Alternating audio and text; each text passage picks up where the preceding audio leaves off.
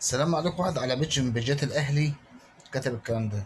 حازم امام على المنتخب بيقول لك الاولويه للفتره القادمه. ماشي الزمالك. طب انت الاولويه اون ستار تايم سبورت تحديد الدوري السعودي وهكذا وهكذا.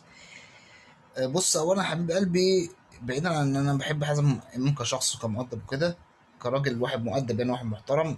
هو طبعا مبدئيا ده غلط، يعني ده مش اللي بيعمله، ده مش حاجه مظبوطه. المفروض تركز في حاجه. بس انت ليه ما بتشوفش من ورا ده؟ بسبب الفساد اللي اصلا موجود في المنظومه الرياضيه في مصر. يعني سيف زاهر من زمان وهو كان ماسك اتحاد الكوره كان بيقدم برنامج بتاعه والدنيا ماشيه معاه، ودلوقتي ماسك نادي زد وهو راجل اعلامي. شوبير من زمان كده كان يمسك اتحاد الكوره واعلامي ويطلع هنا ويعمل هنا ويسوي هنا. بركات، انت ما بتتكلمش على بركات ليه؟ اللي مره مسك مدير كوره ودلوقتي ماسك في الاتحاد وبيقدم برنامج مع ميدو.